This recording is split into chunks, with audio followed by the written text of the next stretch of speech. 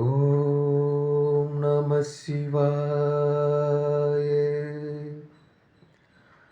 ஓம் நம சிவாய.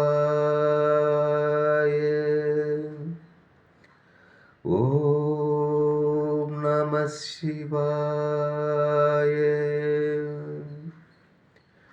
அன்பான சிவ அன்பர்களே, கடந்த நாட்களில் நம்ம சிவபெருமானுடைய தேவார பாடல் பெற்ற ஆலயங்கள், அதாவது தமிழ்நாட்டில் மாவட்டதோறும் தேவார பாடல் பெற்ற ஆலயத்துடைய வரலாற்று சிறப்பை ஒவ்வொன்றாக நான் உங்களுக்கு வணங்கிட்டு வரேன். அந்த வகையில் நம்ம இன்னைக்கு பார்க்க போகிற ஒரு ஆலயம் ஒரு தேவார பாடல் பெற்ற ஆலயத்தை பற்றி தான். இந்த ஆலயம் எங்கே இருக்குது பார்த்தா தமிழ்நாட்டில் தஞ்சாவூர் மாவட்டத்தில் திருவிடைமருதூர் என்ற ஊரில் இந்த ஆலயம் அமைப்பட்டிருக்கிறது. இங்கு இறைவன் பார்த்தீங்கன்னா மகாலிங்கேஸ்வராவும் தாயார் பெருமுலையார் பர்கத் சுந்தர குஜராம்பிகை நமக்கு காட்சியளிக்கிறாங்க. தலைவிச்சம் மருத மரம், தீர்த்தம் காருண்யா தீர்த்தம் காவிரி. தல சிறப்பு இறைவன் சுயம்பு மூர்த்தி அருள் படைப்பு மிகச் சிறப்பு.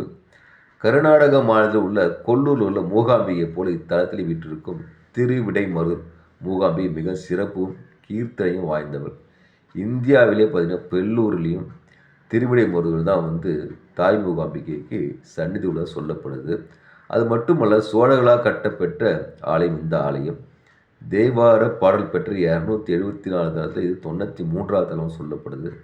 இந்த தலத்தில் விநாயகர் கடவுள் என்ன பண்ணுறாரு, பஞ்சாட்சர விதிப்படி மகாலிங்க பெருமான் சிறப்பாக பூஜித்து வருகிறார்.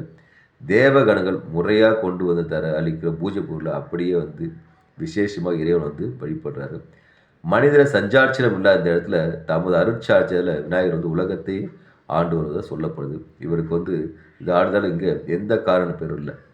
இங்கே இந்த ஆலயத்து இன்னொரு பேர் என்னக்கா மூலலிங்க தலம் சொல்லப்படுது. அதாவது ஆலய அமைப்புப்படி திருவலஞ்சுழி விநாயகர், சுவாமிமலை முருகர், செஞ்சலூர் சண்டேஸ்வரர், சூரியனார் கோயில், சூரியன் முதலான நவக்கோயில்களும், சிதம்பர நடராஜரும், சீர்காழி பைரவரும், திருவாடுதுறை திருநந்தி ஆகிய பரிகார தலத்து நடுவில் இந்த ஆலயம் அமைந்துள்ளது. இது மூலமூர்த்தி தலம் சொல்லப்படுது. இந்த கோயில் நடுநாயகமாக ஸ்ரீ மகாலிங்க பெருமானை விளங்குகிறார். சிறப்பு இந்த மிக சிறப்பாக சொல்லப்படுது. இப்போது இந்த ஆலயத்தில் தலைவர் நான் சொல்கிறேன், அகத்திய முனிவர் என்ன பண்ணுறது, முனிவர்களோடு இந்த மருதூர் வராரு, இடைமருதூர் வராரு. உமாதேவி நேற்று தவம் செய்கிறாரு. உமையாம்பிகை முனிவருக்கு காட்சி தராங்க. முனிவர்கள் முறைப்படி இறைவை வணங்குறாங்க. வழிபட்டு விட்டு இறைவனையும் காணணும்னு சொல்கிறாங்க. உமையால் என்ன பண்ணுறாங்க, முனிவர்களுக்காக பார்த்தீங்கன்னா இறைவனை எண்ணி சிவதாவம் இருக்கிறாங்க. இறைவன் உமையால் தாவத்திற்கு இறங்கி உமையாளுக்கும் முனிவர்களுக்கும் காட்சி தந்தோடு மட்டும் அல்லாமல் இங்கே இதுக்கப்புறம் ஜோதிலிங்கத்தையே இறைவனை வழிபடலாம் சொல்லிட்டு போயிடுறாங்க. உமையாம்பிகாவுக்கும் இறைவன் பிரம்மன் முதலாக தங்களை தாங்கள் வழிபடுவது எப்படி முறைன்னு சொல்லி சாத்தியம் இல்லைன்னு சொல்லி கேட்குறாங்க. அப்போது எல்லாம் வினாவும் போது அப்போது உமையால் சிவபெருமானை நினச்சி பூஜை செய்கிறாங்க. பூஜை செய்யும்போது அப்போது சிவபெருமான் சொல்கிறாரு, இப்போ ரிஷிகளும் முனிவரும் முறையாக இறைவனை வணங்குறது முறைப்படுத்தப்படலை. அதனால தான் நம்மளே தங்களே தாமே வணங்கி கொடுறோம்னு சொல்லிட்டு அவங்களுக்கு உமாதேவி விளக்கம் கொடுக்குறாங்க. இந்த பதிலை சற்றும் பார்க்காத முனிவரில் பொறுத்த தவறை உணர்ந்து ஆகம விதிப்படி இறைவனை பூஜை செஞ்சு வழிபடுறாங்க. அன்று முதல் இன்று வரை ஆகம விதிப்படி இறைவனை பூஜிப்பதை வழக்கமாக கொண்டுள்ளது. அது இந்த ஆலயத்திலிருந்து ஆரம்பித்ததாகவும் சொல்லப்படும்.